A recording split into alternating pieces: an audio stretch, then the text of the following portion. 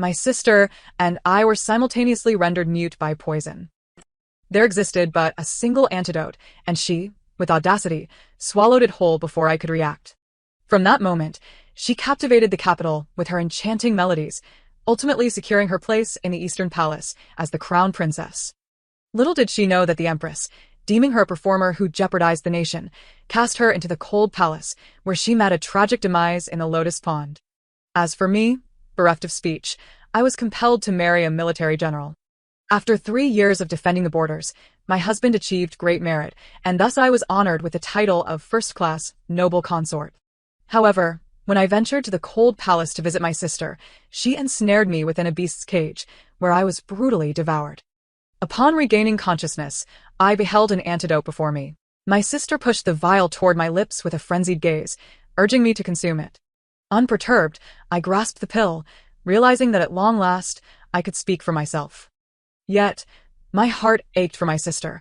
She chose to forsake the path to paradise and instead recklessly forced her way into hell. Here lies but a single antidote. Have you two sisters made your decision? My father's eyes darted between me and Chiwana. Typically haughty and overbearing, she now thrust the antidote before me, her gaze wild with urgency. You must eat it. I casually lifted the pill, casting a nonchalant glance in her direction, and noticed a glint of cunning in her eyes. I suspected as much. She too had been reborn. Yet, my mother shot me a venomous glance, hastily advising her, Wana, with a selection of candidates imminent, which is more crucial to you, your future or your sister? Can you not discern this trivial matter? I raised my eyelids towards my father, who averted his gaze, feigning ignorance. Seeing my reluctance to take the antidote, Chiwana, in a fit of frustration, hastily inscribed, Mother, of course, my sister is of utmost importance. We shall discuss the selection matter later. My father's expression brimmed with pride. Wana is indeed a daughter I can take pride in. He urged me to emulate my sister, never to forget her benevolence.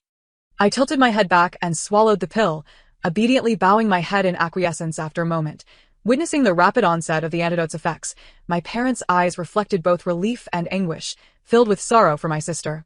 I am Chu Yuna, the twin of Chu Wana. My father, the Minister of Rights, publicly claimed to treat his two daughters equally. Yet, when it came to matters of fortune, it was always Chu Wana who reaped the benefits. Had it not been for the notorious poisoning incident, I doubted I would have even laid eyes on this antidote. In my past life, Chu Wana seized the antidote for herself. With a captivating song, she ensnared the prince's heart and was chosen as his concubine. However, her continual indulgence in merriment with the prince led to the Empress' discontent. During the Empress's birthday celebration, she performed, only to be condemned by the Empress for her alluring melodies as a threat to the nation, resulting in her confinement to the cold palace and a tragic end in the Lotus Pond. As for me, I was hastily betrothed to a young general and accompanied him to the frontier after our marriage.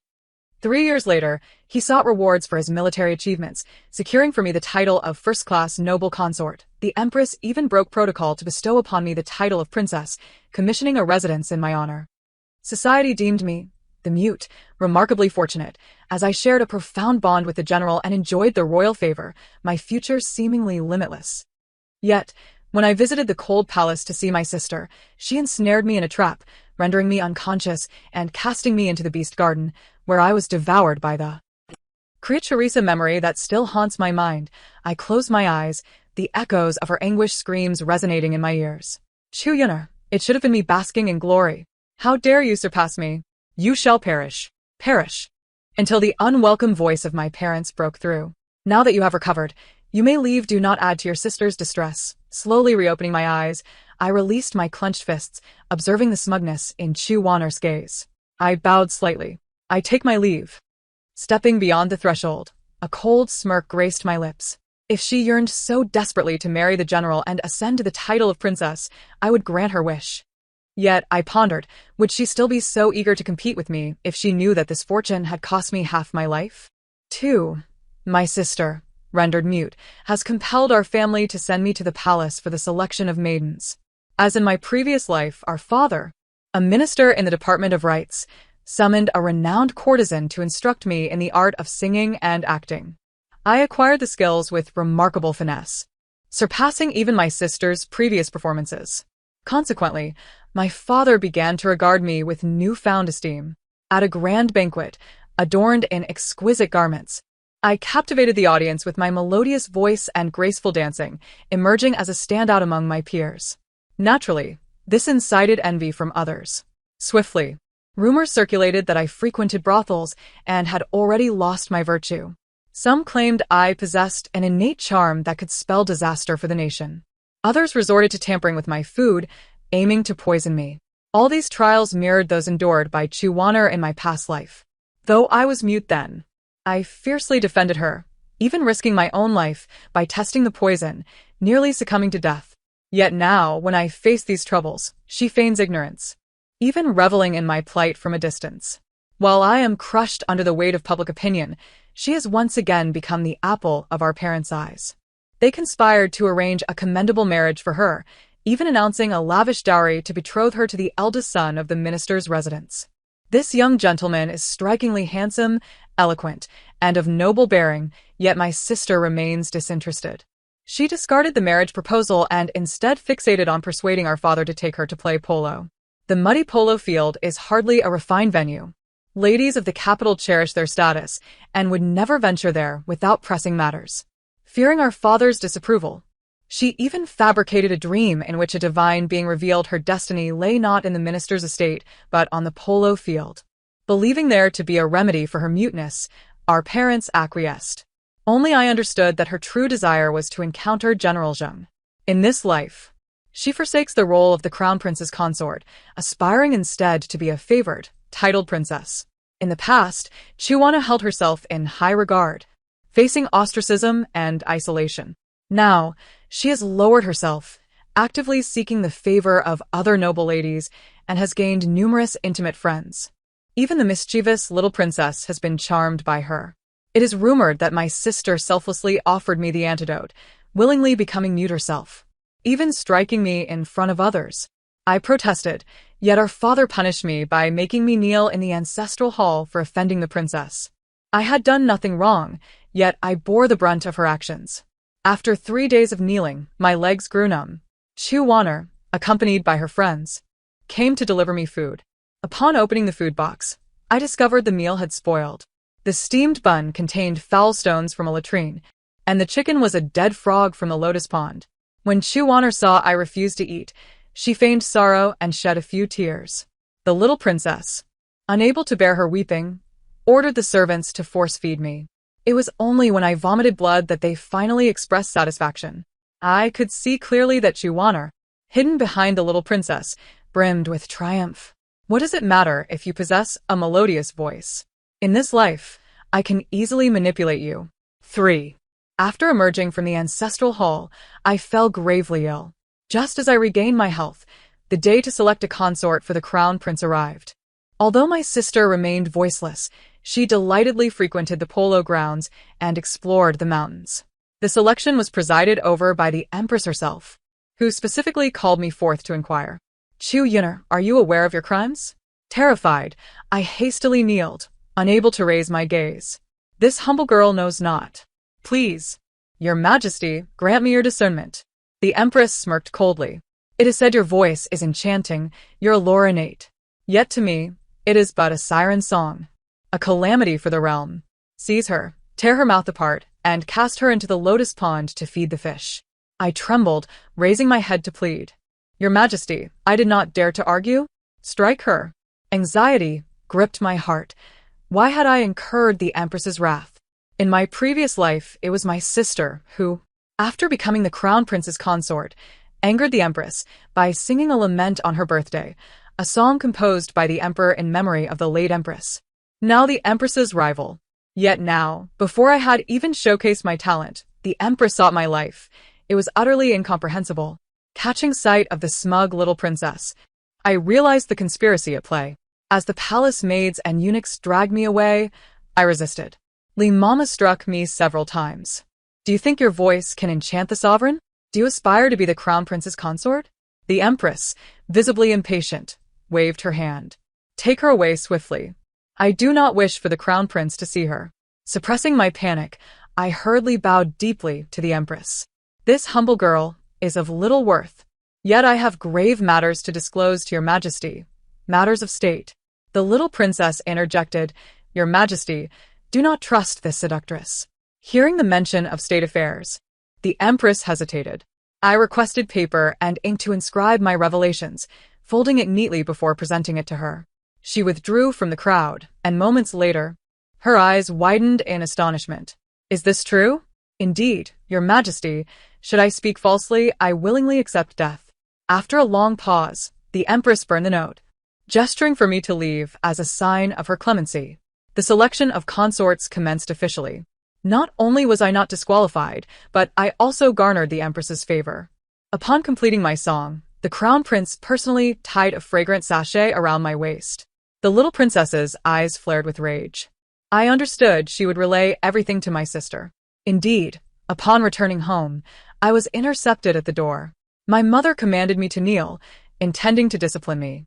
Chu feigned an accidental encounter, accompanied by the little princess. Seeing the princess's presence only fueled my mother's anger, and she struck my calves with great force using a vine. After the little princess departed, my father returned home, beaming with satisfaction. Upon seeing me on the sickbed, his demeanor shifted to one of alarm. Chu pretended to bring me medicine, but was met with a slap that sent her sprawling. "You wretched girl. While you and your mother have treated her poorly, now that Yunner is on the verge of becoming the crown prince's consort, how could you be so petty?" My sister was taken aback by this sudden slap. She had never anticipated that our father, who usually indulged her, would strike her for my sake. She gritted her teeth, lowering her head, the suppressed hatred evident in her eyes. I was well aware of her animosity towards me. Pretending to be frightened, I nestled into our father's embrace, reporting, "Father, my sister looks at me with the eyes of an enemy. After all, she was the one who willingly gave me the antidote. Could she be regretting it?" My father, holding me protectively, chastised her. "Your sister has finally gained the empress's favor, yet you incite the little princess to stir trouble. Do you think I, as the minister of rights, am too complacent?" Chu ground her teeth in frustration. She wished to retort, yet her words faltered, and beads of sweat formed on her forehead. I feigned concern for her, tugging at our father's sleeve. "Let it go, we are all family." My father praised my sisterly affection and understanding, proclaiming me a fortunate individual destined to bring glory to our family. He cast a disapproving glance at the tearful Chu before storming out. Only she and I remained in the room. She swiftly approached the table, seizing paper and pen to write. "Had I not relinquished the antidote to you, how could you have earned the empress's and the crown prince's favor? Do you truly believe you can become the crown prince's consort? Relish your triumph for now. I shall turn the tide and ensure you are beneath my heel." I gazed at the imprint of her fingers on her face, raising an eyebrow. "Very well, let us see how this unfolds." Considering the days ahead, General Zheng would soon return to the capital. After fulfilling his duties, he would visit the polo grounds. In my previous life, I had met him there and, by chance, we had forged a lifelong bond. In this life, Chu surely fantasizes about marrying General Zheng and being bestowed with the title of a noble princess. Watching her figure disappear through the door, I retrieved a hairpin and extinguished the candle's flame. In the darkness, I smirked. I wonder if my sister, this delicate flower, can endure the bridal night with the general. On the day General Zheng returned to court, the emperor was in high spirits and graciously bestowed a polo match at the royal horse grounds. Yet, my sister was absent from the festivities, leaving her close friends and even the little princess puzzled about her whereabouts. However, I knew precisely where she was. Outside the men's changing tent, a curious servant was eagerly peeking in. Chu exhibited remarkable audacity. Upon seeing General Zheng's arrival, her spirit soared. Zhengyi reined in his horse before me, halting in front of Chu. The youthful general's gaze was icy. Clad in dark garments with ink-black hair cascading down, his brows arched sharply, and his phoenix-like eyes radiated an imposing presence without a hint of anger. Chu was utterly entranced. Meanwhile, I, concealed behind the trees, trembled involuntarily. He carelessly flicked the reins, and Chu, oblivious, was caught by the neck. "What? You're a woman?"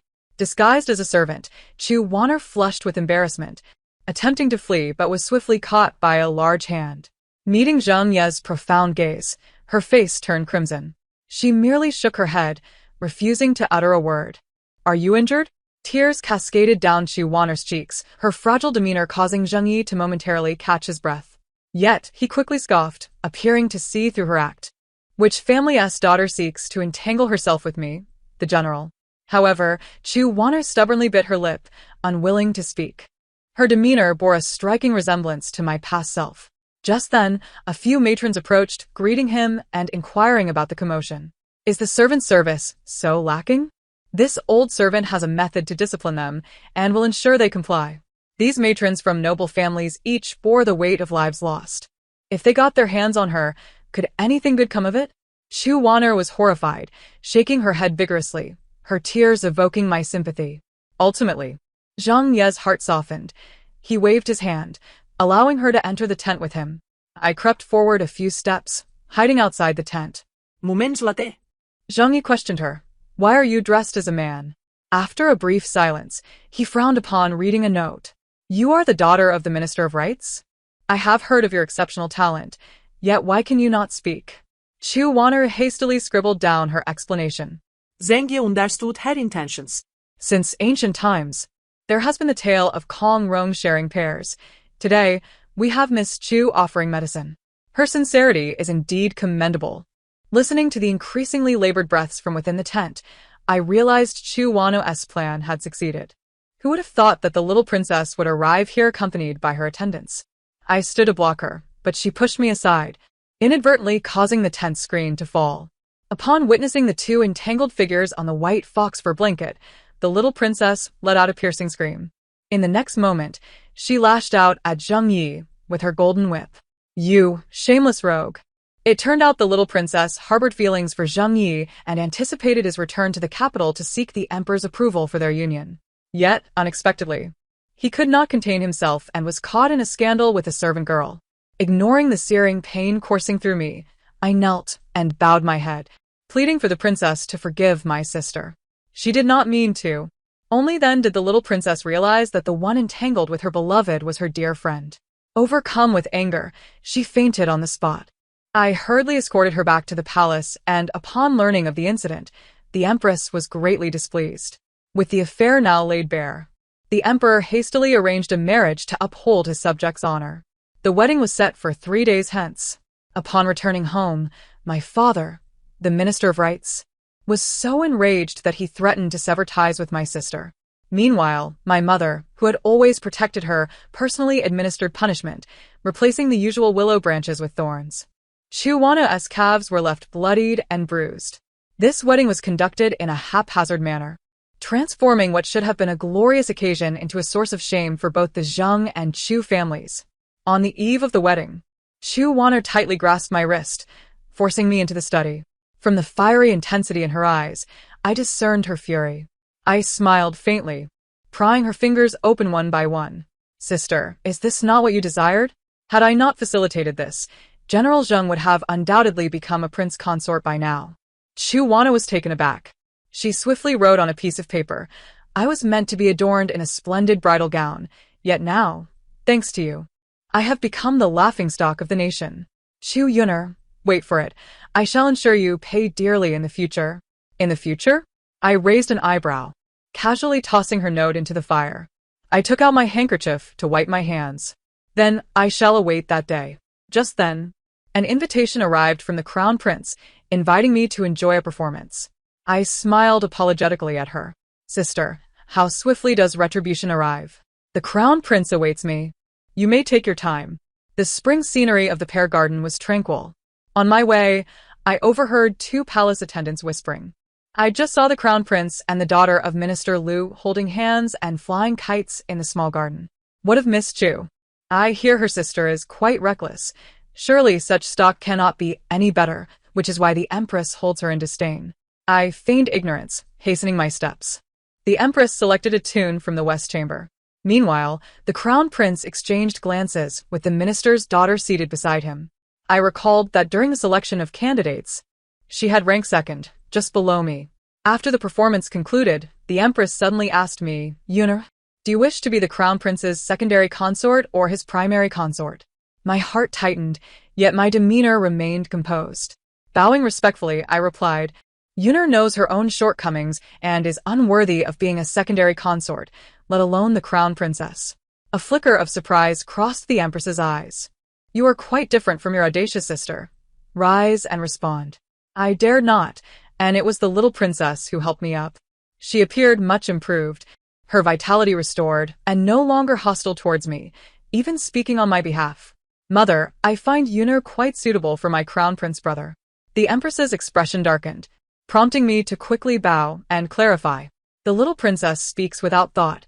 Aside from possessing a good voice, I have no other merits. The crown prince, with his dragon-like bearing, deserves a match of equal stature. I implore you to discern wisely. The East Palace is a treacherous place. I would rather avoid it. The Empress nodded. You are quite insightful. When a suitable match presents itself, I shall personally arrange your marriage. After the meeting, the little princess insisted on seeking an audience with her mother to voice her grievances. She pouted. What is so special about the minister? Are we to fear him? Yunar. If you like my brother, I shall certainly advocate for you. I smiled faintly, puzzled by her sudden change in demeanor towards me. After much hesitation, she finally explained. It turned out that on that day at the horse grounds, she had realized I had intentionally let her discover the affair between Zheng Yi and Chu Waner. Though I was furious, I am grateful you made me reconsider in time. Otherwise, marrying such a frivolous man would have been my ruin. And thanks to you, I returned to the palace safely. Had I truly perished, I would have missed out on all the riches and glory. I smiled her. The little princess, truly innocent and carefree. Our interactions led us to become good friends. She claimed I was exceptionally clever, the first to escape a calamity from the Empress's grasp. Sister Yun, what exactly did you write in your note to the Empress? She has refused to tell me despite my persistent inquiries. I hesitated, just about to speak, when I heard someone calling from the entrance. The eldest lady has returned. The little princess, unwilling to see her, opted to leave through the back door. Chu Wana and Zheng Yi returned hand in hand. They appeared quite affectionate, with gifts for their return filling the courtyard. My parents' expressions softened somewhat. After a brief exchange of pleasantries, Chu Waner signaled for me to join her in the study. The door had yet to close when she eagerly inscribed on the paper, I hear you've been jilted by the Empress. Who in the capital would dare to marry one who has caught the prince's eye? Sister, your life is utterly ruined. I took a sip of tea, choosing silence. Her eyes gleamed with triumph as she continued, I am different. My husband dotes on me greatly. Soon, I shall be conferred a title, and eventually elevated to the rank of a county princess. In time, with my husband's affection and my elevated status, my parents will once again shower me with their love, while you will merely become the laughingstock of the capital. Chu Yuner, you are truly foolish, squandering a winning hand. If you beg me now, I might, out of sisterly compassion, persuade my husband to find you a colonel to marry in the army. With that, she snatched the teacup from my hands, drinking it down with self-satisfied glee. A sigh escaped my heart. Did she truly believe that choosing my path would lead to eternal bliss? Sister, do you truly intend to remain a mute for the rest of your life? Does your husband truly cherish a wife who cannot even utter a sound? How dull it must be in the bedroom. The smile on Chu Wani's face froze instantly. Since childhood, her voice had been sweet and melodious, bringing joy to our parents. Yet now, she opened her mouth, but no sound emerged. I spoke more softly, my words like whispers of a ghost. Do you not yearn to speak again? Her hands trembled with agitation, and her writing became frenzied, each stroke filled with malice. Chu Yuner. You owe me a debt that shall one day be repaid. Once my husband finds the antidote, I shall ensure you meet a most unkind fate. I let out a cold laugh. There exists but one antidote, which our father traded the ancestral home to acquire. Chu Waner was humiliated by my words. Chu Yuner, just wait. I shall not only seek the antidote, but also the poison. At that time, do not blame me for being ruthless. My gaze sharpened. It was evident that she was not jesting, and I understood her intent. Indeed, she would not let me off the hook. Very well. I had no intention of sparing her either. I abruptly pushed aside her sleeve, revealing the still vibrant red of her maiden's mark on the inner side of her arm. I scoffed, You are still a maiden? To my surprise, this remark proved more impactful than all her previous taunts combined. The darkness in Chiwani's eyes nearly spiraled into madness, and her brush fell to the ground with a forceful thud. She raised her hand as if to strike me. At that moment, the door swung open. It was Zheng Yi, who had suddenly received an imperial decree, commanding him to set forth to defend the borders against invading tribes. Our parents, unable to locate us, had sent someone to check on our whereabouts. "What are you doing? Cease this at once." I took the opportunity to leap into my mother's embrace, while my father trembled with anger. Out of respect for his new son-in-law, he merely ordered Chiwaner to accompany the general to the front lines. Zheng Yi, seemingly unaware of the preceding events, remained exceptionally gentle towards Chiwaner. He extended his hand to her, yet she hesitated. Zheng Ye's expression darkened immediately. "What? Does my wife refuse?" Chiwaner, caught in a dilemma, glanced back at the family door while our parents urged her on. She bit her lip, steeling herself as she climbed into the carriage. The moment our hands clasped, an unshakable chill crept into my heart. As I watched the carriage vanish into the alley, I smiled faintly in my mother's embrace. "Sister, soon you shall experience the joys of marital intimacy. However, while entering the military camp may be easy, surviving it will depend solely on your fortune. In my previous life, I wed Zheng Yi. He did not disdain my muteness and took me away from the capital's troubles, leading me to the borders.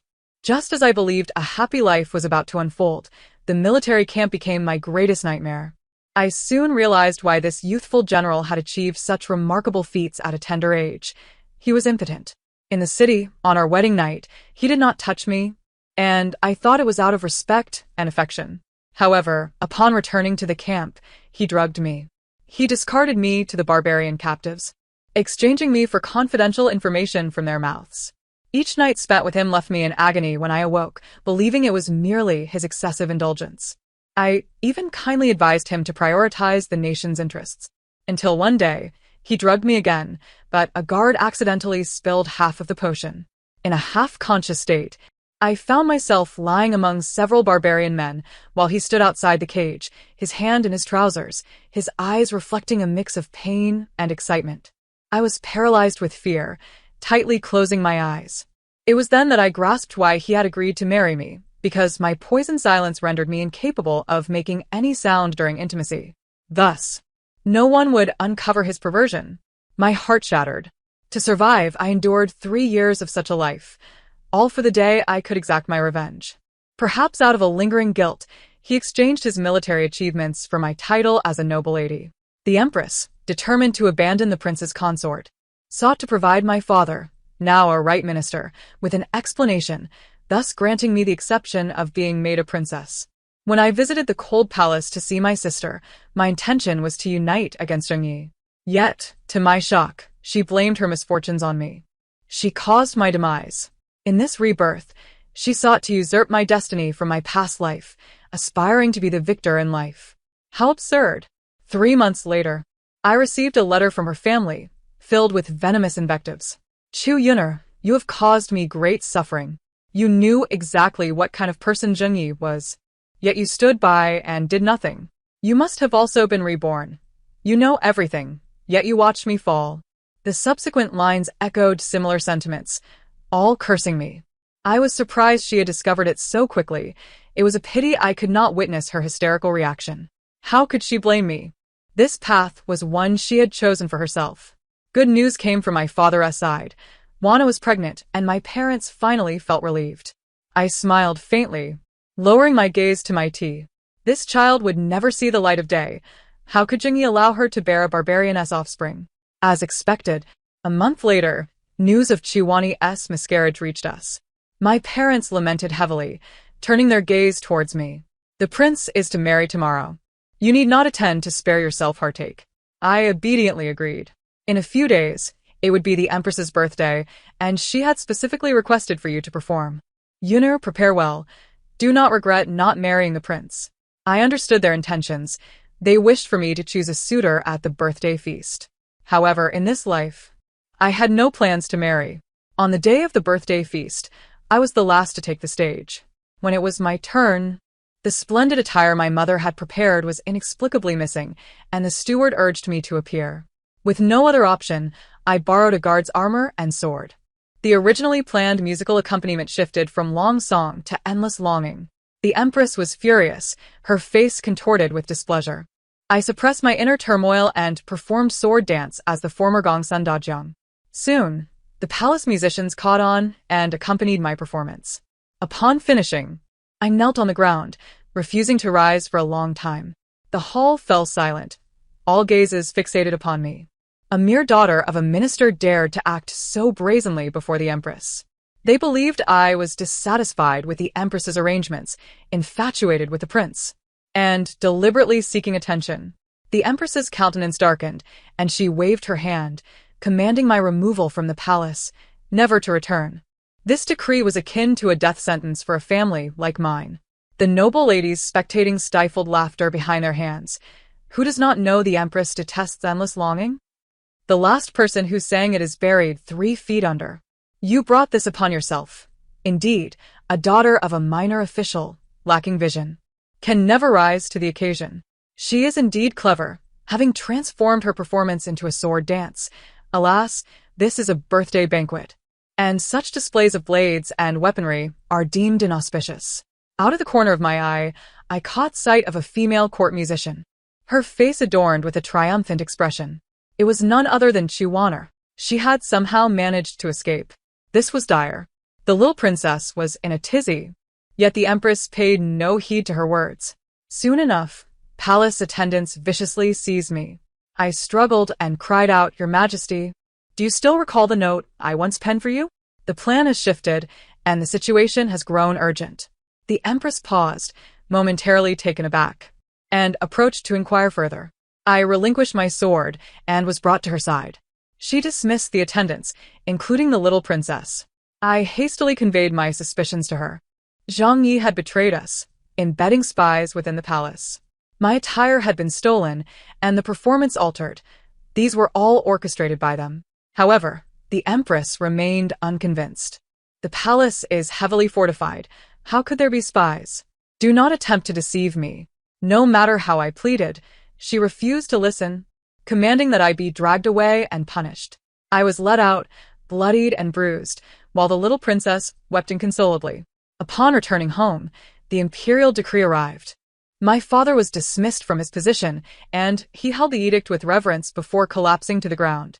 The entire city buzzed with gossip about me, labeling me a harbinger of misfortune, a curse upon my sister and parents. Everyone avoided our household, and no one dared to visit. Struggling to rise from my bed, I rubbed my sore backside. Fortunately, thanks to the healing ointment gifted by the little princess, I had fully recovered. Clad in the attire of a young eunuch, I slipped into a carriage and, under the cover of darkness, crawled through a dog hole into the palace. An hour later, chaos erupted in the cold palace. Startled maidservants rushed to extinguish the flames, leaving the Empress's chamber deserted.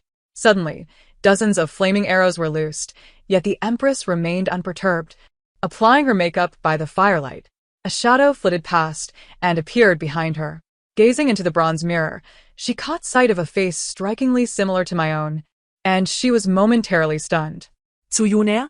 As if sensing something amiss, she called out again, "Chu Wanner?" To my astonishment, Chu Wanner spoke.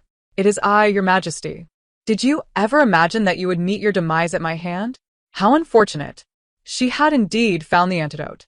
With a malicious glint in her eyes, Chu Wanner traced a small blade across the Empress's face. "I could have become a paragon of motherhood like you, but you ruined it all. You imprisoned me in the cold palace and cast me into the lotus pond.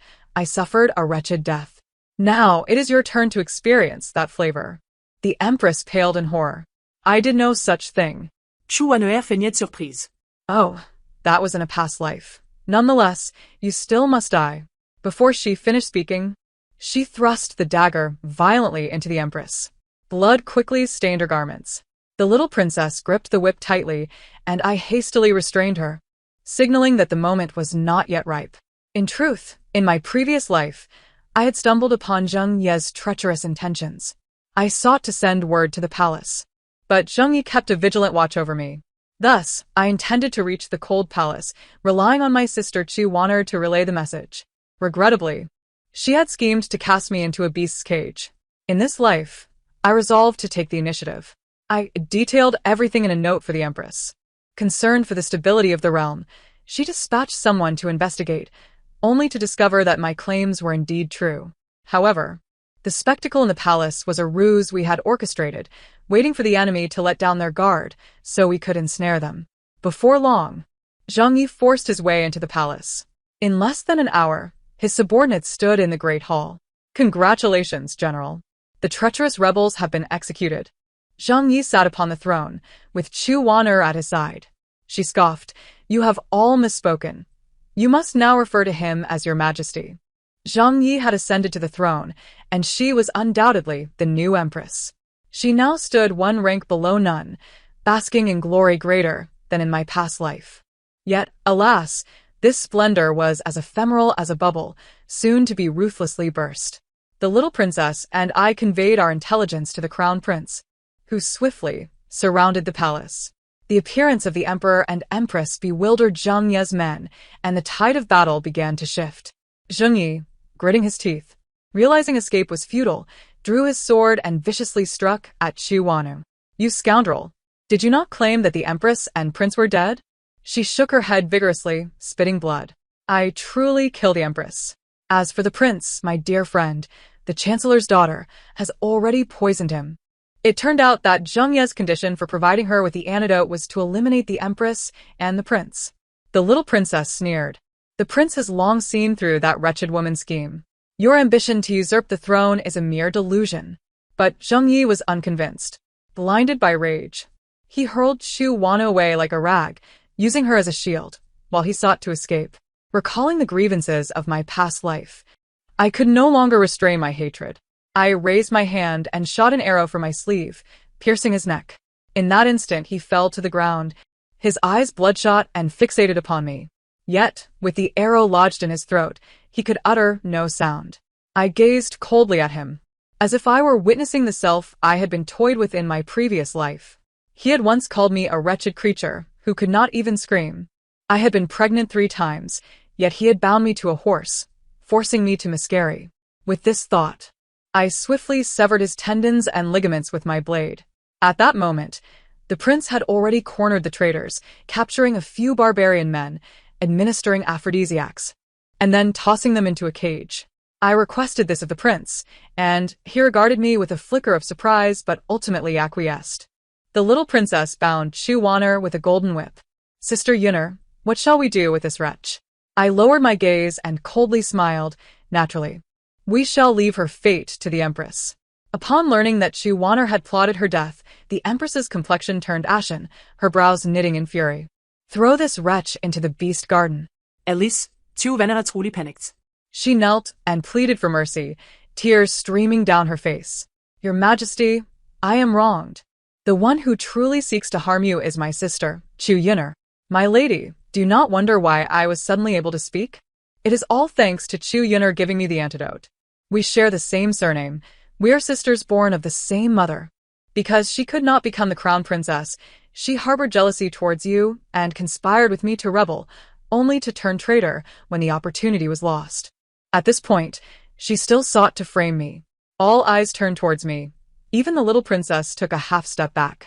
I smiled coldly within. From my bosom, I produced a sealed letter and handed it to the eunuch.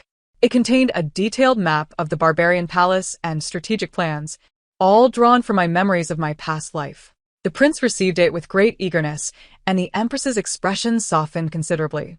He approached Chu Wan'er, observing her trembling like a leaf, and lifted her chin with the bloodied dagger. "Chu Wan'er, even if you are reborn, your fate will only be more tragic. Due to my valor in protecting the emperor, I was bestowed the title of princess. My father's health improved, and he was promoted. In a short span, suitors thronged our door. News from the palace indicated that Zhang Yi had confessed everything, aligning perfectly with my account. Yet, for reasons unknown, Chu Wan'er had preserved her life. The little princess seethed with indignation. Who knows? She sang the song longing all the way, and the emperor, unable to bear her death, cast her into the cold palace. I lowered my gaze and sipped my tea, saying nothing. The little princess tentatively inquired, "What was the reason for your and Chu Wan'er's muteness back then? And from where did she obtain the antidote?" I smiled faintly. At that time, Chu Wanner and I had gone to the Lantern Festival. On our way, we encountered a noblewoman from the capital being abducted. After returning and drinking a bowl of water, my voice was lost. The little princess, with a naive expression, asked, "Did you see that noblewoman's face?" I stared at her exquisite visage, momentarily dazed, then shook my head. I did not. The little princess appeared to exhale in relief, gently pushing the delicacies toward me. "Please indulge, for I personally prepared these. Even my father has not had the privilege." A sigh escaped my heart as I picked up a plum blossom cake and consumed it under the watchful gaze of the princess. With a satisfied countenance, she departed. The following day, I found myself inexplicably mute, declining all visitors. Thereafter, the little princess never sought my company again, only sending a eunuch with a letter. "I am sorry. Dear Sister Yuner, you know too much. I hope you do not harbor resentment against me." I bore her no ill will. It was she who had been abducted that day, and it was the queen who had poisoned us. For the sake of royal dignity, they chose to sacrifice me and Chu Wanner. As a subject, I could only resign myself to fate, for if I did not partake, the entire Chu family, numbering in the hundreds, would likely meet with calamity. Subsequently, Chu Wanner, blessed with a voice akin to that of the late empress, garnered the emperor's favor.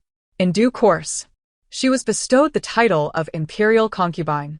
During her visit home to pay respects, she deliberately left me in the study. I was also indebted to my sister. Had it not been for her, I would never have encountered Jingyi, nor would I have uncovered his secrets. And I certainly would not have one day sought his assistance in procuring the antidote. She approached with a light step, her slender fingers delicately encircling my neck.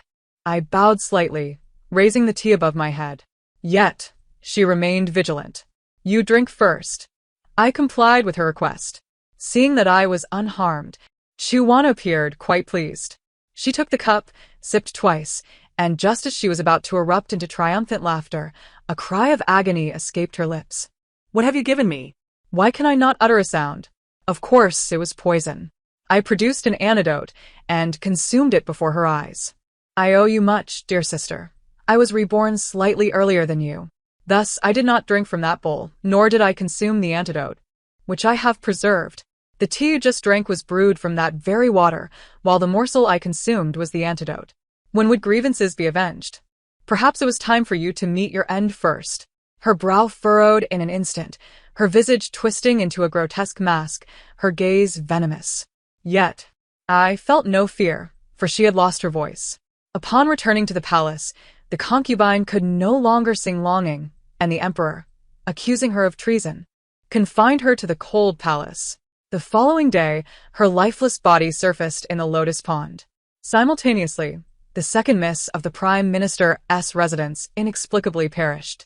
The emperor, mourning the loss of 2 cherished daughters from my father's family, arranged for my burial with the honors befitting a princess. Little did they know, I had shed my former identity and concealed myself in Jiangnan. I meticulously documented the poetry I encountered during my travels, setting it to melodies that would resonate through the ages. The end of this tale. Thank you for listening. If you enjoyed it, please remember to like and subscribe. Until we meet again in the next story.